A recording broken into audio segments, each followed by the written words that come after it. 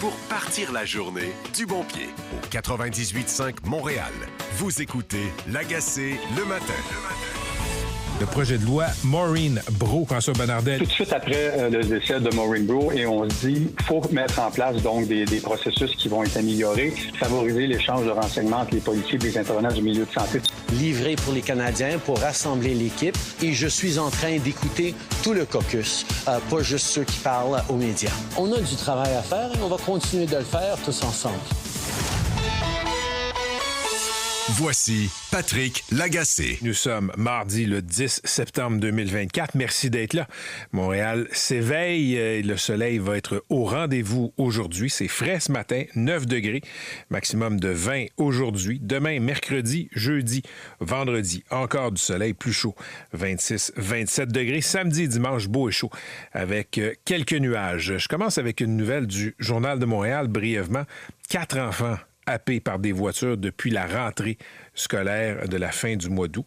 C'est inquiétant. Ça rappelle à quel point il y a de plus en plus de véhicules à Montréal, donc de plus en plus d'interactions malheureuses, on le sait. Faut être prudent. Donc, on le rappelle, lever le pied, et ça rappelle aussi la demande de la mairesse Plante pour sécuriser les abords des écoles à Montréal, notamment par l'installation de radars photo. Québec se fait tirer l'oreille. Bref, tous les petits gestes aident, mais je pense que ça commence par la responsabilité des automobilistes pris un à un. Donc, on lève le pied, faisons attention quand on est près d'une zone scolaire. Je veux parler, en commençant, de prostitution juvénile. C'est pas à la une des journaux, mais je commence avec ça parce que ça m'a jeté par terre. C'est dans la presse. Tenez-vous bien, c'est une histoire qui est assez difficile à suivre.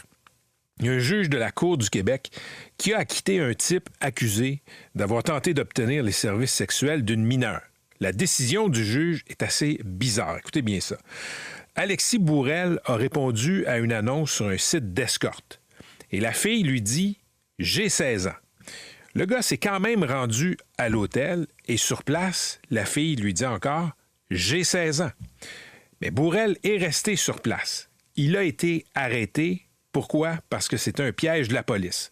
Un piège policier classique qui a permis dans le passé d'arrêter des dizaines de clients qui voulaient avoir des relations sexuelles avec une mineure. C'est une des seules façons de pincer les hommes qui sont sur le marché pour des prostituées qui ne sont pas majeurs, qui n'ont pas 18 ans et plus. Or, le juge Salvatore Macchia a acquitté le bonhomme.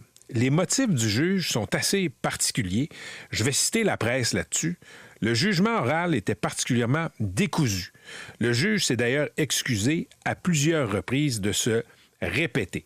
Je vais vous expliquer le raisonnement du juge, si on peut appeler ça comme ça, un raisonnement. Pour le juge Macchia, le fait que la rencontre entre la fausse prostituée mineure, qui était une policière, et le client Bourrel, le fait que ça ait eu lieu dans une chambre d'hôtel, pour le juge, ça joue en faveur de l'accusé. Pourquoi? Mais tenez-vous bien, parce qu'une mineure, selon le juge Macchia, ça ne peut pas louer une chambre d'hôtel. Donc l'accusé, en allant rejoindre la fausse prostituée mineure dans un hôtel, pouvait présumer qu'elle était adulte, qu'elle était majeure. Si vous vous dites que c'est cinglé comme jugement, comme raisonnement, vous n'êtes pas seul, moi aussi. Parce que dans la réalité des choses, des proxénètes, des pimps adultes qui louent des chambres d'hôtel pour que des filles mineures se fassent agresser par des clients comme Alexis Bourrel, tout le monde sait que c'est le raisonnement. Puis si le juge ne lit pas les journaux, on peut lui suggérer de faire un rattrapage de la série Fugueuse. Il va avoir une bonne idée de comment ça fonctionne dans le réel. Mais le juge Macchia, on dirait qu'il vit dans une grotte depuis 10 ans, pense que ce sont les jeunes adolescentes mineures qui louent des chambres d'hôtel, pense que ça se peut pas. Pense que c'est juste une adulte prostituée qui peut louer une chambre d'hôtel. L'autre élément complètement cinglé dans le raisonnement du juge Macchia pour acquitter Bourrel, le juge il dit que comme l'annonce était sur un site d'escorte adulte, le client, M. Bourrel, pouvait présumer que l'escorte était majeure. Parce que là, encore une fois, c'est bien connu, c'est impossible qu'on annonce des prostituées mineures sur des sites d'adultes.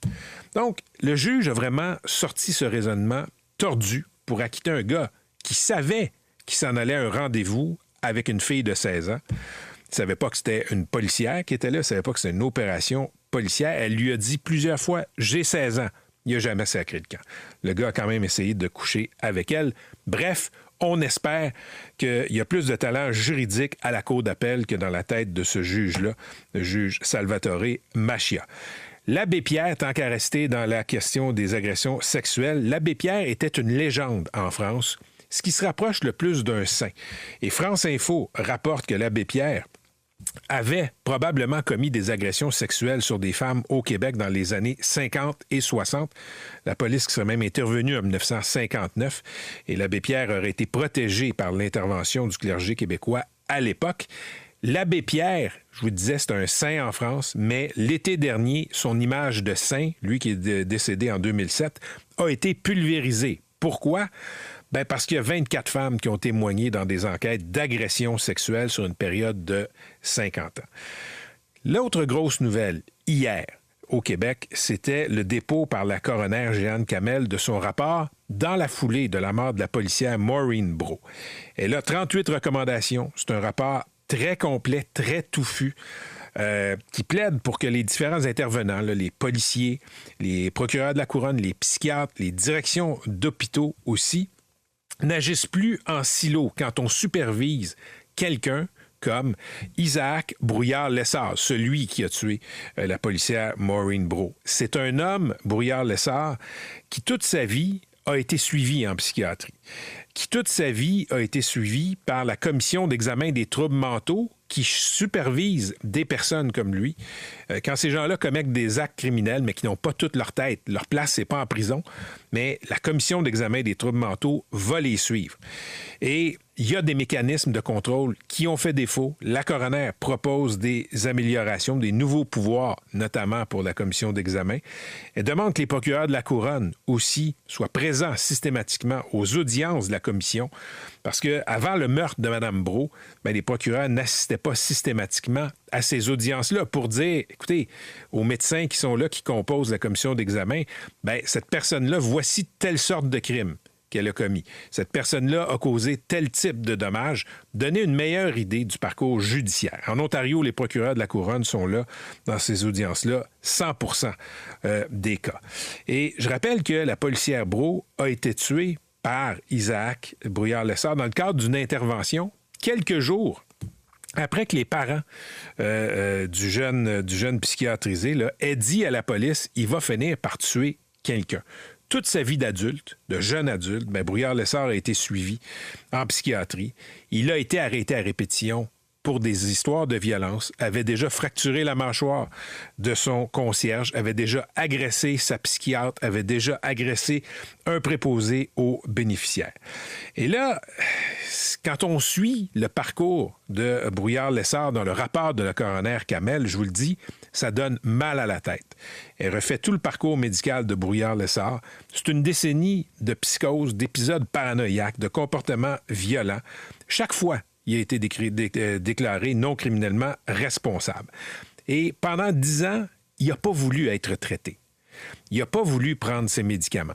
Les seules fois, ou presque, où il prenait ses médicaments, c'est quand il était sous autorité psychiatrique, quand il était en garde fermée, et il savait que c'était la condition pour sortir. Il prenait ses médicaments, et quand il prenait ses médicaments, quand il pouvait sortir, bien, fatalement, il recommençait à consommer et il cessait de prendre ses médicaments, déménageait aussi d'une région à l'autre, ça rendait le suivi extrêmement difficile. Donc, pour les gens comme ça, ils sont des dizaines au Québec. Il y a beaucoup de gens comme ça.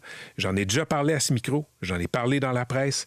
Il y a des gens comme ça qui sont des abonnés de la commission d'examen des troubles mentaux, qui commettent des délits à répétition pour lesquels on ne les envoie pas en prison. Et ça, c'est correct. Leur place n'est pas en prison. On se comprend. Sauf que, on peut se poser la question aussi, ça prend combien de délits, ça prend combien de retours à la commission d'examen des troubles mentaux pour des crimes violents avant qu'on vous interne, avant qu'on vous prenne vraiment en charge aussi. J'ai une pensée aussi, au-delà des recommandations institutionnelles de la coroner Kamel, j'ai une pensée pour les parents d'Isaac Brouillard-Lessard, parce qu'ils ont tenté de l'aider toute sa vie. Ils ont tenté de l'encadrer, de le ramener dans le droit chemin toute sa vie. Mais la maladie était plus forte, il faut le croire. Et le quotidien de ces parents-là, jusqu'à la mort de Brouillard-Lessard, c'est celui de dizaines de parents au Québec qui ont un proche, un fils, bien souvent, ce sont des gars, qui ont des problèmes de santé mentale, des épisodes psychotiques, qui se désorganisent, qui font des allers-retours entre les arrestations, l'hôpital psychiatrique, des maisons de chambre, etc., et qui essaient d'aider parce qu'ils l'aiment quand même, et qui finissent par couler avec ou lui lâcher la main parce qu'ils vont couler avec.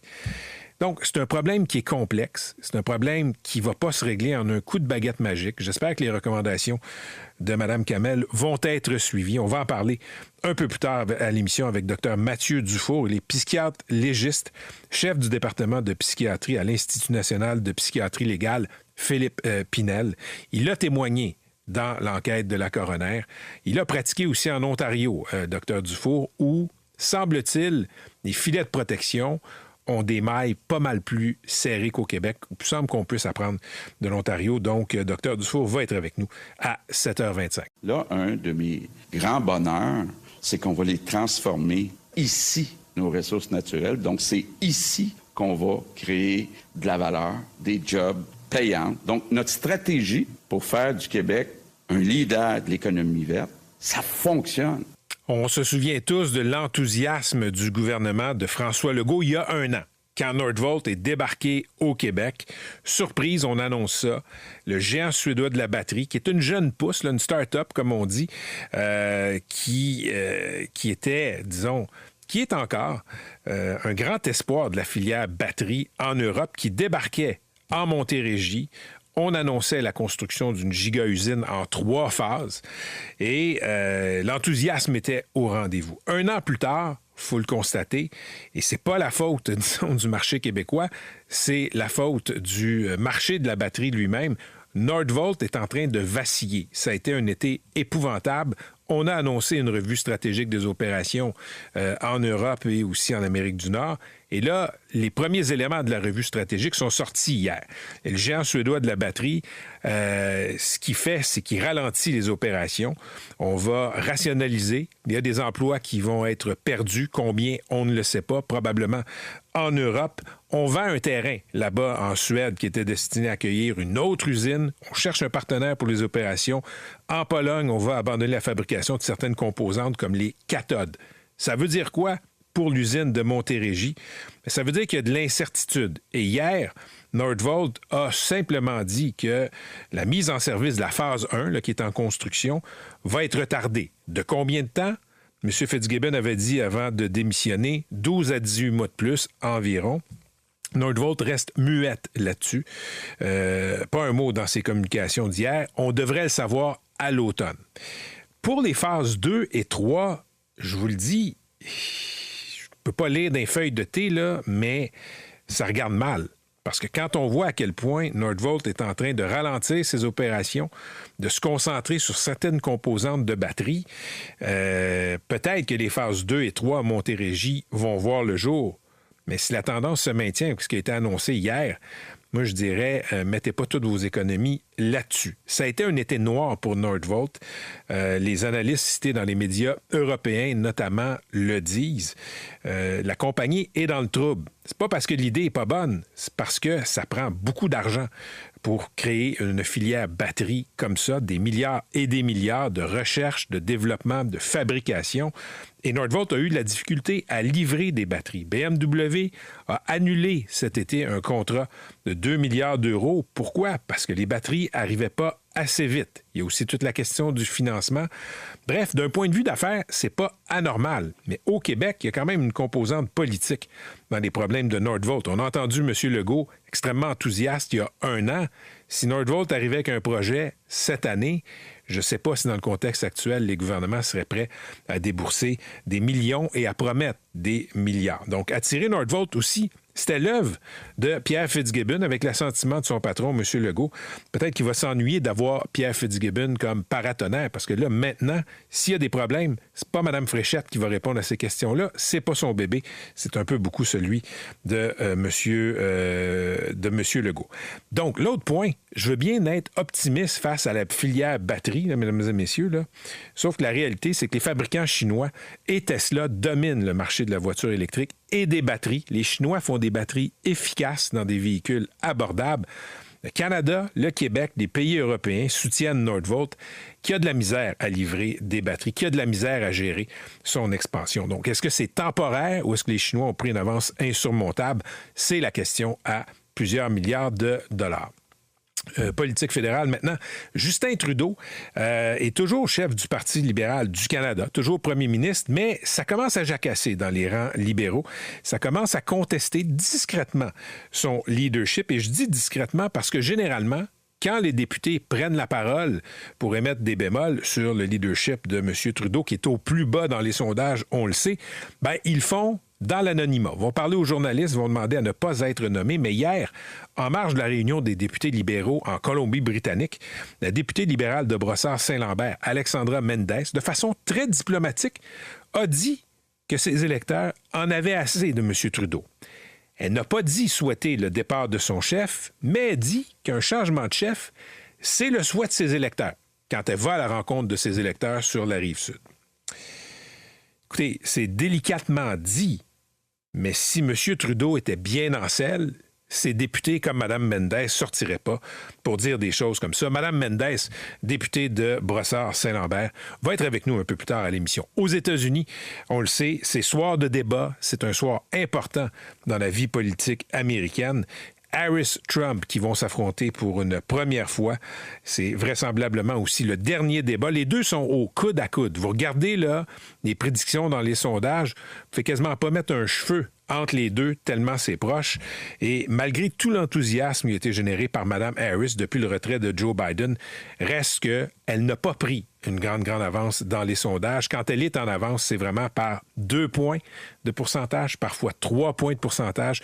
Et on est quand même au coude à coude dans les intentions de vote dans les États pivots. Et pendant ce temps-là, M. Trump, lui, qui jette déjà le doute sur l'intégrité à venir du scrutin, ça va lui permettre de dire encore une fois, s'il perd, que c'est à cause de fraude électorale. Il menace aussi ses ennemis, notamment ceux qui donnent à des causes qu'il perçoit comme hostiles à ses intérêts.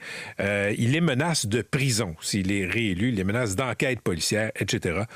Charles-Philippe David de la chaire Raoul d'Endurant va être avec nous un peu plus tard à l'émission. Il est 6h24. Merci d'être là. Il va faire très beau aujourd'hui à Montréal. Ça va être un peu frais, mais superbe journée sur la région. Faites m'écrire 98985 patrick@985fm.ca. Toujours bien informé. Au 98.5 Montréal. Voici Patrick Lagacé. Parler de ce qui s'est passé hier avec Bénédicte Lebel, dépôt du rapport de la coroner Jeanne Kamel, la mort de la policière Maureen Bro en 2023 aurait pu être évitée selon la coroner.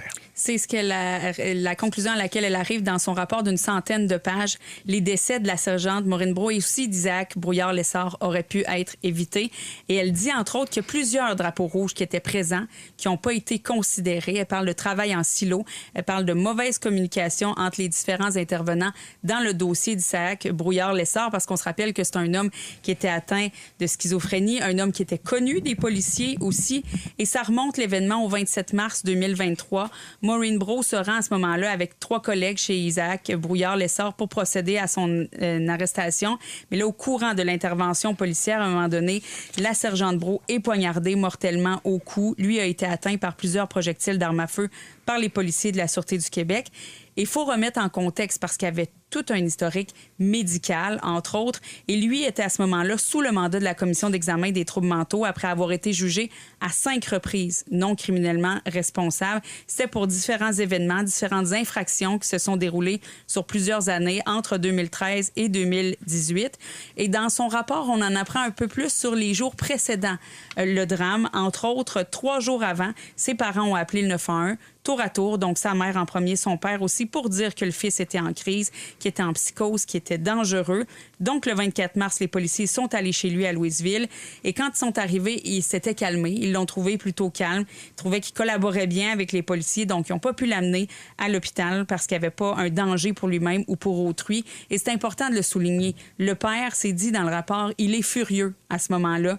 Il dit, vous allez le regretter, il va finir par tuer quelqu'un. Et 3 jours plus tard, le 27 mars, quand il y a une intervention avec d'autres policiers, c'est là que Maureen Brault est tuée. Je te le disais, le rapport se penche sur des années de suivi médical.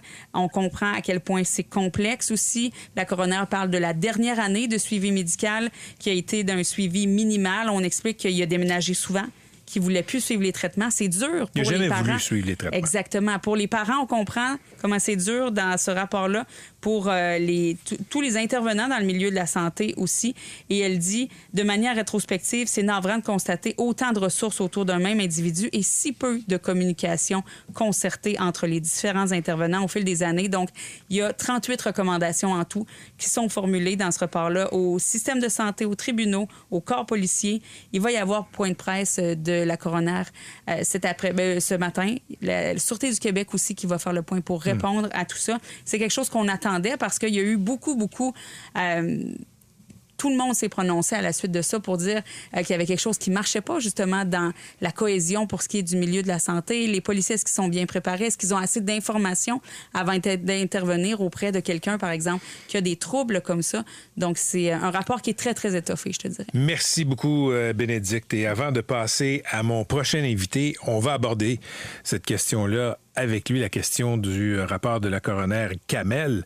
Vous dire que le cas d'Isaac Brouillard-Lessard, il n'est pas unique. Il y a plusieurs cas au Québec où il y a eu des violences, des agressions, des meurtres même, de gens qui vivaient avec des maladies psychiatriques et qui faisaient des allers-retours entre la commission d'examen des troubles mentaux où on vous envoie quand vous êtes trop malade pour être jugé par le système criminel, des allers-retours entre cette commission, les hôpitaux psychiatriques, des arrestations, des rechutes.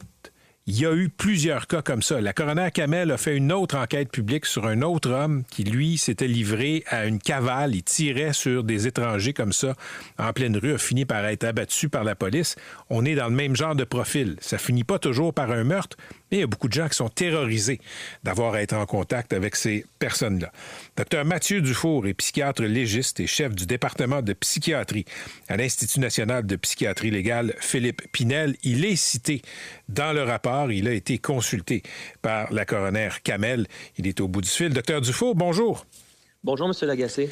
Donc, d'abord, première question. Vous avez lu le rapport, 100 pages, 38 recommandations, qui a été déposé par la coroner Jeanne Kamel. Est-ce que c'est un bon rapport avec de bonnes recommandations?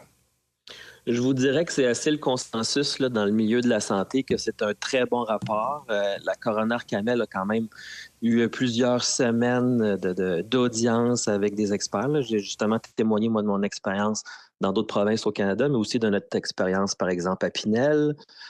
Et vraiment, là, les recommandations ne sont pas juste reliées aux gens de la santé et services sociaux, mais aussi aux policiers, à la commission d'examen des troubles mentaux. Vraiment, les 38 recommandations, là, je pense qu'ils sont vraiment tous solides. Il faut les implanter. C'est un peu ça le défi. Mais je vous dirais que c'est un travail colossal. Là, puis il y a un grand consensus dans le milieu là, que c'est un très grand travail. OK. Si ces recommandations-là avaient déjà été implantées, si les 38 recommandations étaient déjà en vigueur là, par miracle, là, est-ce que Brouillard-Lessard aurait fini quand même par tuer quelqu'un ou on peut parier qu'on ne serait pas rendu jusqu'à ce drame qui a tué Maureen Brault? Ben, je pense que c'est la grande question. Hein. C'est toujours plus facile rétrospectivement quand il y a des décès tragiques comme ça, de revoir puis de voir qu'est-ce qu'on a manqué, justement. Mais je vous dirais, pour le cas en particulier de M. Brouillard-Lessard et Mme Maureen Brault, si toutes ces recommandations-là avaient été mises en place, ben peut-être qu'on aurait pu éviter des drames comme ça. Là. Puis vous avez fait référence à M. Chaik aussi, avec les autres meurtres qui s'est passé. On n'a pas été chanceux au Québec récemment. Là. Il y a eu comme une série là, d'agressions qui ont été faites par des patients qui ont des problèmes de santé mentale, même si en grande majorité, les gens qui ont des problèmes de santé mentale sont beaucoup plus victimes de violence qu'auteurs de violence, mais il y a quand même une minorité qui le sont plus violents. Et sérieusement, si les 38 recommandations avaient été mises en place, bien, possiblement qu'on aurait pu éviter ce drame tragique-là, parce qu'une des choses qui ressort beaucoup, c'est que la communication entre les différents acteurs était vraiment déficiente. Et avec ces recommandations-là, je pense que le monde peut plus se parler. Et justement, quand les proches sont inquiets, qu'on puisse réagir à temps. Quand on lit le rapport de la coroner Kamel, Dr Dufour, en effet, là, on voit à quel point il y avait des actions en silo, à quel point il y avait un manque de communication, c'est vrai, mais on était aussi devant un individu qui voulait rien savoir des traitements. Je lisais le rapport, là, il prenait ses médicaments, il acceptait les traitements quand ça lui permettait de montrer qu'il était sur la bonne voie et de sortir de la garde psychiatrique. Est-ce que des individus comme ça, le meilleur des systèmes au monde, peut vraiment les réchapper, les encadrer?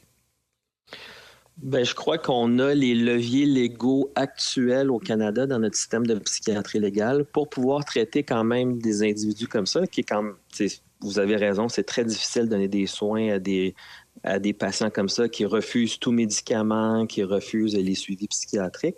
Ceci étant dit, on a des lois, pas juste en psychiatrie légale, mais des lois en santé mentale pour hospitaliser ces patients-là contre leur gré, leur donner des traitements contre leur gré.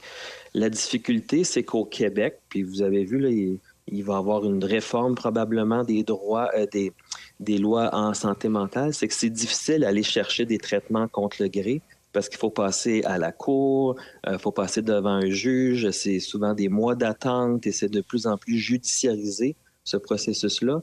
Donc, on se ramasse avec des individus qui sont en communauté qui peut-être auraient dû passer justement par la cour pour pouvoir recevoir ces traitements-là. Et je sais que le ministre Carman a justement demandé à un groupe d'experts de revoir tout ce qui est la loi P38, là, les lois en santé mentale pour pouvoir hospitaliser contre le gré, mais aussi les traitements contre le gré. Donc, nous, on voit, puis je pense que la coroner Kamel mentionne aussi une des recommandations qui ferait qu'il y ait justement un tribunal spécialisé en santé mentale pour éviter là, que des gens n'aient pas le traitement nécessaire. On a déjà parlé, vous et moi, du fait que vous avez pratiqué en Ontario il n'y a pas si longtemps. Et en Ontario, le régime est différent. Qu'est-ce qui serait arrivé à quelqu'un comme Isaac Brouillard-Lessard s'il avait été ontarien? Comment il aurait été traité et suivi? Je vous dirais que la grosse différence avec l'Ontario, c'est que l'Ontario a beaucoup moins de centres désignés. Il y en a environ une dizaine où tous les patients qui sont trouvés non criminellement responsables, donc qui commettent des crimes ou de la violence reliée à leurs troubles psychiatriques, donc comme vous avez dit auparavant, ils ne vont pas en prison, ils vont à l'hôpital parce qu'ils ont besoin de soins de santé. Et vraiment, quand ils reçoivent disons des soins en santé par une équipe spécialisée en psychiatrie légale dans ces 10 centres désignés-là, mais c'est beaucoup plus spécialisé, l'expertise elle est concentrée, tandis qu'au Québec, on a 45 hôpitaux désignés, donc l'expertise elle est moins spécialisée. Donc je vous dirais, quand on vient à Pinel, là, qu'on est le centre surspécialisé en psychiatrie légale, on a environ 300 lits, on est un hôpital qui reçoit les patients justement les plus dangereux du Québec, et ensuite, quand ils sont moins dangereux, ils ont besoin de moins d'intensité de service, ils vont dans d'autres centres désignés. Et la plupart des centres désignés ont cette expertise-là, mais il y en a d'autres qui sont moins habitués d'en faire, qui ont moins cette spécialisation-là. Donc, au Québec, on a plus de variabilité dans le type de suivi qu'on peut recevoir en psychiatrie légale. Est-ce qu'en Ontario, on aurait forcé Brouillard-Lessard à se faire traiter, à prendre ses médicaments? Parce que quand on regarde la description que fait la coroner Kamel du parcours médical de celui qui a tué Maureen Brault, il ne voulait pas les prendre. Je l'ai mentionné, là, et c'était constant. Il a fait ça pendant 10 ans. En Ontario, est-ce qu'on l'aurait forcé? C'est une bonne question. Je pense que ça dépend de l'équipe traitante. C'est plus facile forcer le traitement en Ontario parce qu'ils ont ce fameux tribunal spécialisé en santé mentale où, justement, là, pour les patients les plus malades, et, par exemple, quand on souffre de schizophrénie, un des symptômes, c'est pas se rendre compte qu'on est malade, fait qu'on veut pas prendre de médicaments, donc il faut être forcé pour prendre ce médicament-là. Donc, les lois sont plus, disons, flexibles pour ça, donc c'est possible qu'il aurait été traité plus en Ontario, mais l'autre chose aussi, c'est qu'il y aurait probablement eu plus d'équipes en santé mentale autour de lui en clinique externe, parce que c'est sûr que quand on devient non criminellement responsable, si on est trop malade, ben on reste à l'hôpital le temps qu'on reçoit les traitements, puis ensuite on peut réintégrer la communauté, mais seulement quand on est plus dangereux. Et qu'est-ce qui se passe en Ontario? C'est qu'il y a beaucoup plus d'équipes en clinique externe, en communauté pour ce suivi-là. Donc, j'aurais imaginé qu'il aurait été traité contre son gré s'il avait été en Ontario, mais il y aurait eu un suivi peut-être un peu plus serré. La coroner Kamel parle du responsable de l'hôpital, donc l'administration de l'hôpital en Ontario aurait probablement forcé le suivi aussi en clinique externe, ce qui est moins le cas au Québec avec le système actuel. Docteur Dufour, vous êtes psychiatre, chef du département de psychiatrie à l'Institut national de psychiatrie légale Philippe Pinel. Des patients dangereux, violents, vous en côtoyez. Puis je vous le dis, quand je lisais le rapport de Jeanne Kamel au sujet d'Isaac Brouillard-Lessard, je vous le dis, là, mon préjugé, puis j'aimerais que vous, soit que vous le confirmiez ou que vous le déconstruisiez, c'est que ce gars-là, quand on voyait à quel point il était violent, désorganisé, sa place, c'était pas dans la société, c'était pas d'être dehors, ça aurait dû être en dedans dans un hôpital. Bien, vous avez raison de dire que ce qui s'est passé durant les dernières années, c'est qu'on a des patients sous la commission d'examen des troubles mentaux qui étaient en communauté et qui ont commis des gestes irréparables. Je vous dirais que ce n'est pas acceptable. Il n'y a pas de risque zéro, mais on a des patients, nous, qui sont trop dangereux pour aller en communauté et ils restent à l'hôpital. On a les leviers légaux pour ça, pour faire ça. Donc, je parlais tout à l'heure de Pinel. On a environ 300 lits à l'interne. Et je vous dirais les 2/3 de ces lits-là, et j'y travaille sur une unité à l'interne, c'est des patients qui ont commis des homicides ou qui ont commis des crimes graves et qui sont trop dangereux pour intégrer la communauté. Donc, ils restent à l'hôpital des fois pendant des années, des fois des décennies, parce qu'ils sont trop dangereux pour être dans la communauté. Donc, notre système est là pour protéger la société pour des patients qui sont trop dangereux, mais dès qu'ils sont beaucoup moins dangereux et qui peuvent intégrer la communauté de manière sécuritaire, c'est là que la loi nous oblige de donner un peu disons, les restrictions les moins privatives de liberté dans le langage légal. Donc, on doit les sortir, mais avec des conditions vraiment serrées, une équipe spécialisée en clinique externe. Mais quand ils sont trop dangereux pour sortir de l'hôpital, ils restent à l'hôpital, là. On a environ 2000 patients qui sont sous la commission d'examen au Québec. On va suivre ça avec beaucoup d'intérêt. La Sûreté du Québec qui va réagir aujourd'hui. Docteur Dufour, merci d'avoir été avec nous. Merci, M. Lagacé. Mathieu Dufour est psychiatre attaché à l'Institut national de psychiatrie légale Philippe Pinel. Toujours bien informé. Au 98.5 Montréal. Voici Patrick Lagacé. Catherine Lemay est la directrice nationale de la protection de la jeunesse et elle a envoyé un communiqué de presse hier annonçant qu'elle part en tournée, va aller visiter des centres jeunesse pour amorcer cette révision des services en réadaptation pour les jeunes hébergés en centre jeunesse. Elle est en studio. Madame Lemay, bonjour. Bonjour, M. Lagacé. Donc, d'abord, vos visites, là, elles sont commencées? Oui. Est-ce qu'elles sont annoncées? Vous voulez dire annoncer grand public? Ben non, mais je veux dire, dans les centres jeunesse, bon, ils savent que vous vous en venez. Oui, les directions d'établissement sont au courant. D'ailleurs, on peut enlever les champignons pour passer un coup de peinture. Ouais, dans le fond, ils n'ont pas le temps de tout faire ça, là, je vous dirais. Puis ce que je constate quand j'arrive dans les unités, c'est qu'en bon français, c'est pas stagé. Parce que je vois... Mais vous le savez pas. Ben, ils ont fait un peu de ménage. Ouais. Monsieur Lagacé, on va mettre quelque chose au clair. Mettons quelque chose au clair. Moi, j'ai passé une grande partie de ma vie dans les centres de réadaptation. J'ai été éducatrice, j'ai été chef de service, j'ai été directrice, j'en ai vu des unités. Donc oui, on a fait le ménage avant que la visite arrive, mais j'ouvre toutes les portes, je rentre dans les salles de bain, dans les chambres d'enfants, dans les cuisines, dans les bureaux. J'ouvre toutes les portes d'armoire, les portes à pharmacie. Je regarde tout.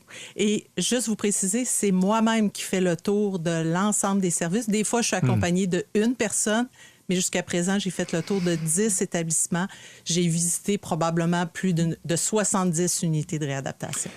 Qu'est-ce que vous voulez découvrir avec cette tournée des centres jeunesse? Qu'est-ce que vous voulez voir que vous ne connaissez pas déjà? C'est une bonne question. Parce que ce que je réalise, c'est que j'ai un modèle dans la tête parce que j'ai vu plusieurs unités de réadaptation, mais je veux avoir le pouls de l'ensemble du Québec. Et pour avoir, dans le fond, de découvrir des fois des petites perles qui sont inconnues, des types d'interventions qui n'ont pas fait nécessairement l'objet d'une recherche pour en faire une pratique probante, mais qui pourraient le devenir. Puis aussi, je ne vous cacherai pas, Quand je vois des choses qui ne sont pas à la hauteur de ce que je souhaite, je demande la modification immédiatement ou, si ça peut attendre, bien, ça va faire l'objet du rapport que je retourne à l'établissement. Donnez-moi un exemple, justement, de ce que vous avez demandé comme changement immédiat. Bon, je ne veux pas rentrer dans le jargon, là, mais... Gardons ça simple. Oui, gardons ça simple. Par exemple, une unité qui est appelée une unité, mais qu'en fait, c'est un lieu de retrait temporaire où on barre des portes. On n'appelle pas ça une unité. On appelle ça une unité de retrait temporaire ou un bloc retrait, là, dépendamment du jargon. Fait que ça, je demande aux intervenants et aux directions sur le champ, OK, ça, vous ne pouvez plus appeler ça comme ça et assurez-vous que les pratiques que vous avez là, c'est conforme à la politique, par exemple, sur les mesures de contrôle. Je vous donne un type d'exemple là, que j'ai vu dans le cadre de ma tournée. À Laval, je me souviens, au Centre jeunesse de Laval, c'est sorti dans la presse il y a quelques mois, il y avait une unité de retrait comme ça qui était séparée du reste de l'unité par des portes grillagées, des portes de prison. Êtes-vous d'accord avec cette description-là? Oui, c'était des lieux qui n'étaient pas conformes à ce qu'on se fait, à l'image puis au réel de ce que doit être une unité de réadaptation. C'était carcéral. Le look était carcéral. Mais on va mettre quelque chose au clair. Il y a des unités au Québec qui ont été construites il y a 50, 60 ans, qui sont en bloc de béton. Le béton, d'emblée, c'est pas ce qu'il y a de plus chaleureux, bien que maintenant, en décoration, c'est très in. Mais c'est pas parce qu'on a des blocs de béton qu'on est obligé d'avoir des murs vides, sans décoration. On peut rendre ça plus chaleureux. Bien sûr, on peut pas changer les blocs de béton en murs de gyps, mais on peut, à tout le moins, orner l'environnement externe et surtout avoir des pratiques qui sont centrées sur ce qu'on connaît de la science sociale, des meilleures pratiques en hébergement de réadaptation. Et ça, c'est un objet du cadre de référence qui va découler des travaux. Est-ce qu'il y a encore des recours à l'isolement et aussi à la contention des jeunes quand ils sont en centre jeunesse? Il y a un recours à l'isolement et à la contention en centre jeunesse qui est balisé par un cadre de pratique qui est ministériel. Ce que j'ai constaté par rapport à ça, c'est qu'il y a une variabilité de compréhension des éducateurs sur ce qu'est une mesure d'isolement, ce qu'est une mesure de contention, la façon de les déclarer, la façon de gérer la situation avec les jeunes. C'est pas appliqué de façon uniforme. C'est pas appliqué de façon uniforme. Est-ce que c'est appliqué, d'après vous, de façon exagérée des fois? J'ai posé toutes ces questions-là quand je fais ma tournée. Mais s'il y en a qui exagèrent, ils ne vont pas vous dire qu'ils exagèrent. Non, mais j'ai assez d'expérience pour poser la première, la deuxième, la troisième question, puis constater si la personne en face de moi, elle comprend ou pas ce qu'elle est en train de faire. OK. Tantôt, vous m'avez parlé de jargon puis de la nécessité de parler clairement. Je vais référer à votre communiqué de presse. Là. Au terme de ces travaux, un cadre de référence sur les services offerts dans les centres de réadaptation pour les jeunes sera diffusé. C'est quoi un cadre de référence? Ça mange quoi en hiver? Oui, c'est une bonne question. Puis c'est vrai que pour monsieur, madame, tout le monde, ça fait fonctionnaire ou en tout cas service administratif. C'est vous qui le dites. Oui, c'est moi qui le dis. Ça nous prend des références communes pour assurer que ce qu'on donne comme service aux jeunes au quotidien, ça soit la référence, la dernière référence la plus contemporaine, basée sur ce que les chercheurs, les scientifiques nous disent que en 2024 et les années suivantes, voici vers où vous devez aller. Le cadre de référence, essentiellement, ça va faire référence à ça. Quelles sont les meilleures pratiques? Quel type d'intervenant j'ai besoin pour actualiser au quotidien ces meilleures pratiques-là et dans quel contexte ça se fait au niveau de l'environnement physique, avec quel type d'encadrement, avec quel ratio d'éducateurs, chefs de service. Vous voyez, c'est tous ces détails-là. Parce qu'en fait, il se fait des très bonnes choses au Québec, mais actuellement, c'est établissement dépendant. On a perdu du terrain sur la cohérence de « on fait les choses toutes de la même façon selon les meilleures pratiques partout au Québec ». En terminant, Mme Lemay, vous êtes sous-ministre, vous êtes aussi la directrice nationale de protection de la jeunesse. Vous avez commencé quand, ce mandat-là? En mars 2021. Votre mandat finit quand? Mon prochain mandat finit en septembre 2025. Parce que avec mon statut, je fonctionne par contrat. OK. Avez-vous envie de continuer ou ça va être assez après? Pour l'instant, j'y vais en fonction des objectifs que j'ai dans ma vie personnelle et professionnelle. C'est vraiment comme ça que j'aborde les choses. Parlant de jargon. Non, bien, c'est vraiment là que je suis. Ouais, mais si c'était demain matin, là... Bien, je pourrais être à la retraite depuis presque 3 ans. Puis je choisis de continuer. Vous entendez-vous bien avec le ministre, M. Carman? Je m'entends très bien avec le ministre. OK. Vous avez sa confiance. J'ai sa confiance et moi aussi, je lui fais confiance. Merci d'être venue nous voir en studio. C'était Catherine Lemay, la directrice nationale de la protection de la jeunesse. Merci beaucoup, Mme Lemay. Je me tourne maintenant vers Charles-Philippe David, qui est fondateur de la chaire Raoul Dandurand, président de l'Observatoire sur les États-Unis. Ce soir, aux États-Unis, c'est une soirée cruciale dans la vie politique américaine. Il y a un débat qui aura lieu, probablement le seul de la campagne, entre la démocrate Kamala Harris et le républicain Donald Trump. Bonjour, Charles David. Bonjour, Patrick. Charles-Philippe David. Charles-Philippe, je veux pas prendre le cliché de « c'est ton Super Bowl » pour une raison bien simple. Les enjeux sont beaucoup plus grands qu'un match de football. Madame Harris a beaucoup à perdre ce soir. Ah, absolument, et il ne faut pas qu'elle perde. Si elle devait commettre une gaffe, une malheureuse phrase, une omission, écoutez, cherchez l'erreur, Patrick, comme ça s'est déjà produit dans le passé durant des débats, ce serait probablement, peut-être pas catastrophique, mais extrêmement inquiétant. Explique-moi quelque chose, Charles-Philippe. Madame Harris arrive là, c'est son premier débat présidentiel, et tu le dis, il y a des dangers, il y a des périls pour elle, il ne faut pas qu'elle fasse d'omission, il ne faut pas qu'elle se trompe, etc. Son adversaire, lui, dit n'importe quoi. Il ment, il finit pas ses phrases, etc., etc. Oui. Comment ça se fait que lui, ça ne lui nuit pas? Ben, Patrick, il y a un double standard, je regrette de le dire crûment, mais on ne juge plus Donald Trump avec la normalité de nos attentes politiques et d'expression pour un politicien sur la scène publique, alors que Kamala Harris est tenue, ce qui est normal d'ailleurs, aux standards habituels desquels on s'attend d'un politicien qui veut se présenter, surtout un politicien qui veut se présenter à la tête d'un pays.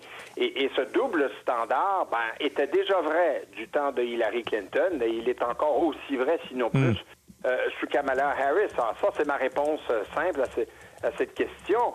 Et Donald Trump, en passant, de l'autre côté, ce soir, cela dit, il doit gagner, lui. Un match nul n'est pas suffisant car le momentum va dans le sens des démocrates quand même et il doit renverser la vapeur et faire en sorte qu'il puisse un peu, de son point de vue, si cela est possible, reprendre le contrôle de l'agenda qui lui a complètement échappé depuis que Kamala Harris a été désignée dans le camp démocrate. Alors, les attentes sont différentes. Et le résultat, dis d'ailleurs toi-même que c'est peut-être pas le Super Bowl, mais on n'est pas loin, là. Ce sera probablement l'élection la plus déterminante, le débat le plus déterminant, l'élection le 5 novembre. Il n'y en aura pas d'autres débats, sans doute. Alors, il va être déterminant. J'ai vu passer cette nouvelle qui m'a un peu sidéré, Charles-Philippe. On sait que M. Trump est déjà en train de mettre la table là, pour une éventuelle défaite électorale. Il dit déjà que le scrutin est arrangé avec le gars des vues. Mais maintenant, il promet de s'en prendre à ceux qui financent ses adversaires, qui financent des causes qui vont contre ses intérêts. Par exemple, le fondateur de Facebook. Il me semble que c'est une nouvelle gradation dans ses promesses de rétribution, de vengeance contre ses ennemis. Oui, et je ne suis plus surpris d'une telle escalade dans la rétribution, comme tu la surnommes. Donald Trump est, je pense, désespéré à essayer de trouver quelque chose qui peut lui rapporter plus de votes. Mais le problème, c'est s'il devait l'emporter, moi, je pense qu'il va devenir un président dangereux pour un tas de raisons psychologiques et politiques. Donc, on joue avec le feu ici, tant aux États-Unis que dans le monde, de croire, encore une fois, que Donald Trump pourrait être maîtrisé par des contre-pouvoirs. Je crains, hélas, que cela ne soit pas le cas et ne sera pas le cas. C'est pourquoi cette élection est déterminante pour les Américains et déterminante pour le monde. Alors, à suivre, car on le répétera jamais assez, hein, Patrick, ils sont les deux candidats au nez à nez. Le fameux sondage auquel tout le monde se réfère, parce qu'il est très sérieux, parce qu'il est très crédible, du New York Times et de la maison de la firme Siena, qui a été publié dimanche matin dans le New York Times, est relativement comme une douche d'eau froide sur la tête des démocrates, car le sondage prouve qu'ils sont au nez à nez. Et pire encore, dans les 7 États pivots, parce qu'il y en a 7 maintenant, eh bien, écoutez, 4 sur les 7, 48% de chaque côté. C'est vous dire combien, vraiment, non seulement le débat de ce soir, mais je crains beaucoup aussi que le 5 novembre au soir, nous allons un peu nous ronger les ongles en regardant tout ça, en se disant comment ça va finir. On va s'en reparler dès demain parce qu'il y aura beaucoup à décortiquer. Merci beaucoup, Charles-Philippe. Bon débat ce soir. Merci beaucoup. Bonne journée. À la prochaine. C'était Charles-Philippe David, expert de la politique américaine, fondateur de la chaire Raoul Dandurand.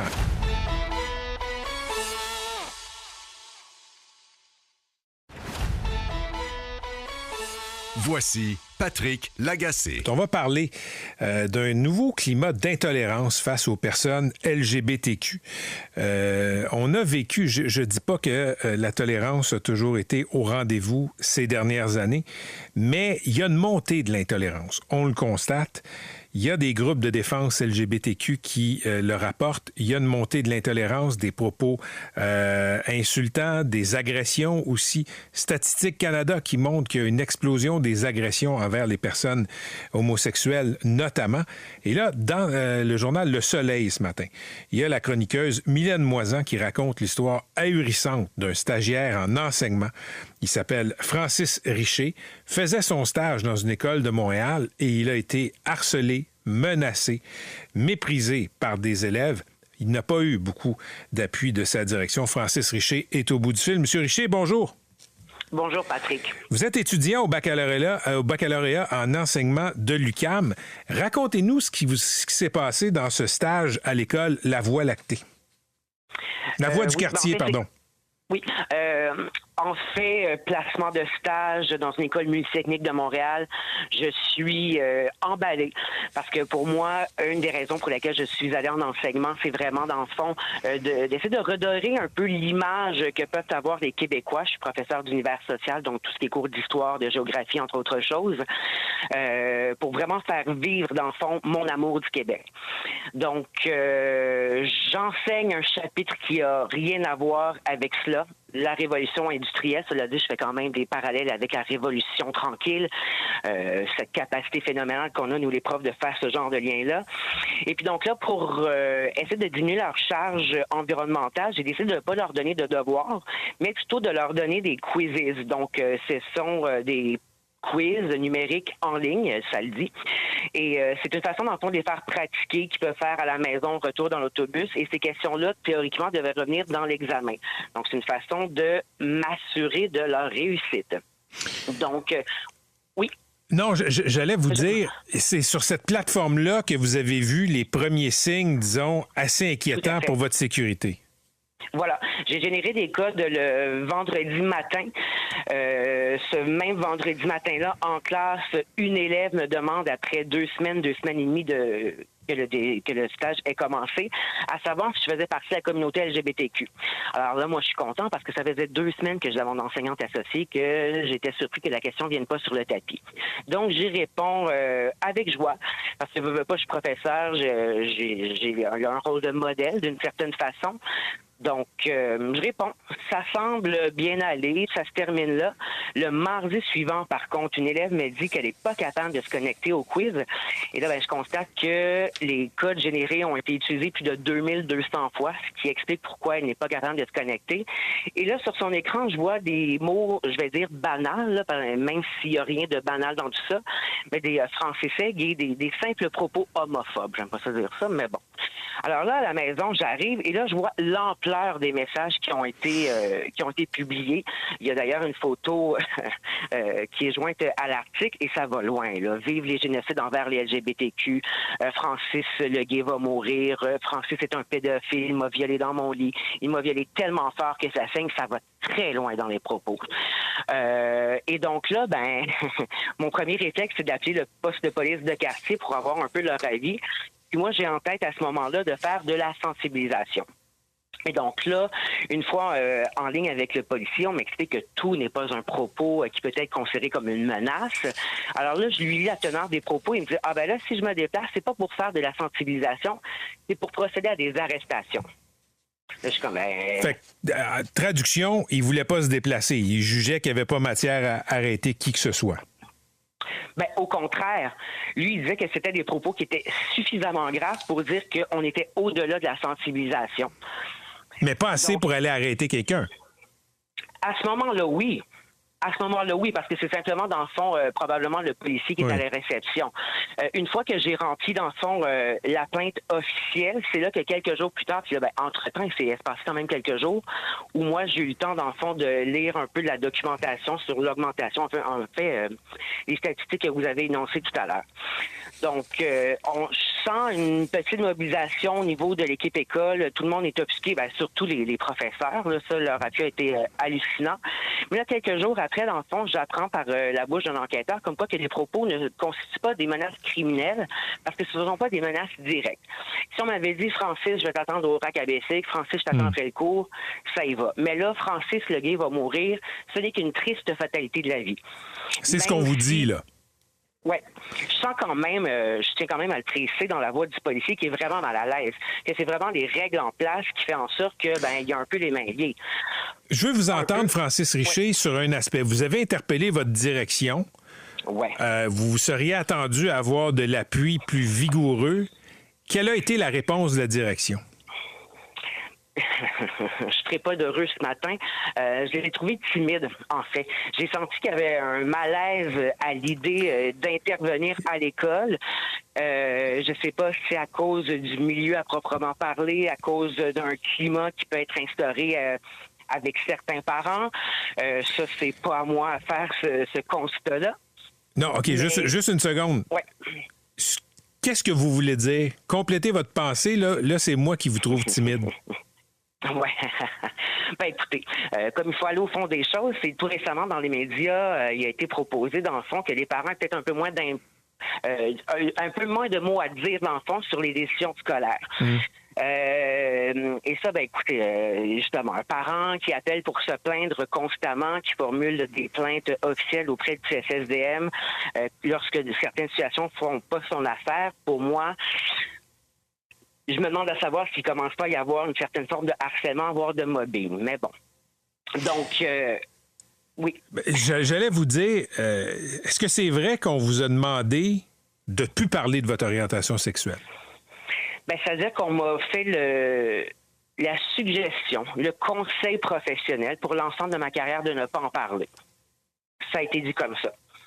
Dans cette école-là, il y a des élèves clairement intolérants. Est-ce que le fait que c'est une école multiethnique a un lien avec cette intolérance? Moi, j'ai le sentiment qu'il y a peut-être une corrélation à faire dans la mesure où j'ai cru comprendre, parce qu'il faut quand même bien comprendre le milieu quand on s'en va en stage et qu'on va enseigner dans un milieu. De dire que, par exemple, le phénomène LGBTQ+, peut être nié carrément. Donc, partant de là, c'est certain qu'il y a une certaine forme d'éducation à faire, ce qui est tout à fait normal. Par contre, quand ce genre de situation se produit, où on vit de pareilles violences, et là, écoutez, c'est adressant envers un membre du personnel. Là. Si les élèves osent faire ça, j'ose même pas imaginer ce que les autres élèves subissent dans l'ombre. Alors donc... La directrice, le geste le plus fort de la directrice, si j'ai bien compris, c'est d'aller lire une lettre qui n'était pas très, très forte aux élèves. Oui, à ce moment-là, effectivement, on a fait la tournée des 4 groupes seulement, dans le fond, que j'avais à ma charge. Puis j'ai trouvé effectivement qu'on s'en tenait pas mal au communiqué qui avait été rédigé par le CSSDM, alors que moi-même, pour un propos vexatoire, il a fallu que je retourne voir dans le dictionnaire pour m'assurer de bien comprendre la portée de ce mot-là. Alors qu'on s'adressait à des élèves de secondaire 2, pour qui on était dans le fond qu'on était en intégration scolaire, pour qui le français n'est pas la première langue. Donc, il fallait que je sois compréhensif quand venait le temps de mégenrage, par exemple. Alors, je trouve ça un peu fort de café que moi, je dois faire attention lorsqu'on mélange des concepts aussi simples que hommes et femmes, mais qu'on ne prenne pas la peine d'expliquer ce qu'est un propos diffamatoire ou vexatoire. Plus encore, qu'on ne nomme pas l'homophobie. Moi, j'ai ressenti qu'on reprochait davantage aux élèves d'avoir laissé des traces sur Internet que d'avoir tenu ces propos-là. Parce que justement, avant de rentrer dans la classe, on m'a dit, là, il faut faire attention parce que dans cette classe-ci, le père de tel élève est particulièrement problématique. Alors, fais attention à ce que tu dis. Donc, on a peur des parents. Oui. Monsieur Richer, merci de nous avoir accordé cette entrevue. J'espère que ça se passera mieux dans la suite de votre carrière comme prof. Merci d'avoir été avec nous.